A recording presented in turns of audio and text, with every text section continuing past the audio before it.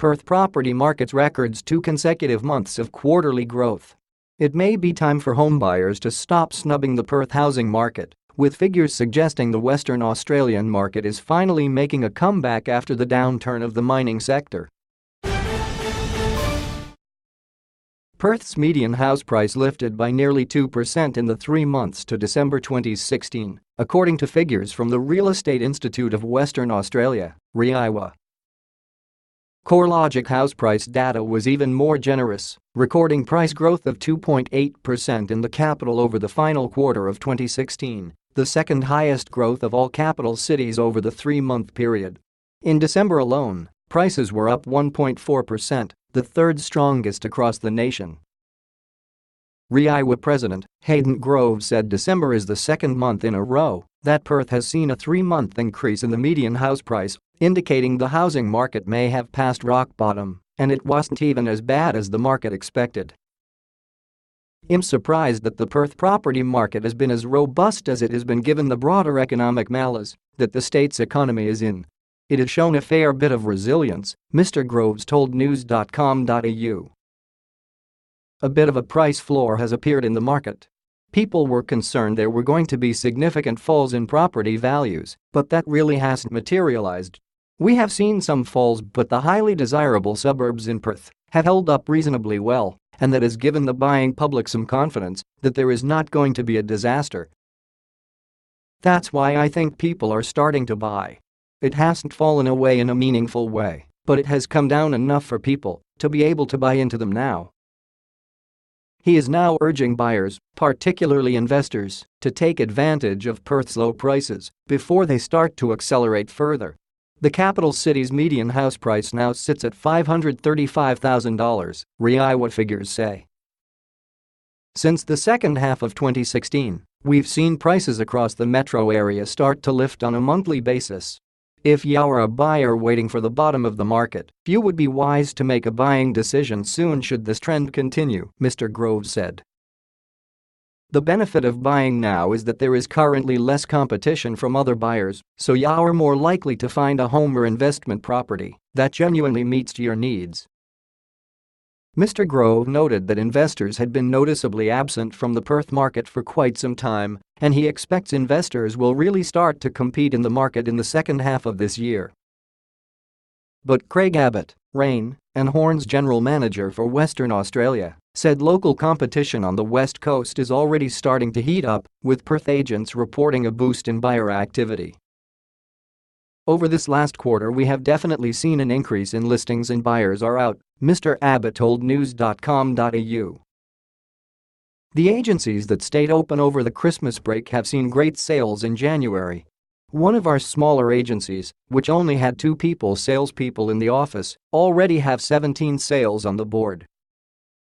And like Mr. Groves, Mr. Abbott said the main driver of buyer confidence is the sense that change is afoot. "From what I hear back from our agents, is that people are transitioning. They see that the interest rates have remained low for a while and house prices have seemed to be bottoming out, they can't go much lower, so it is a great time to be buying," he said. But on top of recovering prices, Mr. Abbott said rental yields across the capital city are some of the best in the nation. "With prices coming back as they have, it is a good investment. With prices having reached the bottom, an investor can get good returns based on the price of the house," Mr. Abbott told news.com.au. The average rental yield for a detached house in Perth is 3.6%, according to CoreLogic, 0.5% above the combined capital city average. The average rental yield for an apartment is 0.1% above the combined average, at 4.2%. A slow and steady recovery. Perth pundits are confident the market will continue to recover in 2017. "I think 2017 will be a lot better," Mr. Abbott told news.com.au. "There is a bit more stability, the Australian election is over with, the US election is over with. I think there will some stability in the market. The only concern is the Aussie dollar has to stay low, that is good for foreign investment, and it has been creeping up a little. But other than that, from an economic part of view there is nothing to say we shouldn't have a bit more growth in 2017. However, Mr. Grove said recovery will be slow. He told news.com.au that 2017 will be the beginning of a transitional year for the West Coast market. Prior to the November and December results coming in, we predicted there will be no meaningful growth in 2017, so the market would just hold its ground. But since we have got those two results, we are prepared to say we may see some growth, but it will be less than 5% growth. We anticipate there will be more transactional activity in 2017 than there was in 2016, but not by any meaningful amount. It will be a transitional year, transitioning from the bottom of the cycle towards improvement in the Perth property market. But considering Perth recorded an annual price fall of 4.3% in 2016, any price growth, or price maintenance, is a welcome result. It will be a slow and lengthy transitional period, Mr. Grove told news.com.au. Suburbs to watch. Based on the biggest growth areas in 2016, according to CoreLogic data, the hot spot to keep an eye on is Perth's western suburbs. Swanbourne, a western coastal suburb of Perth, recorded house price growth of 29.4% last year.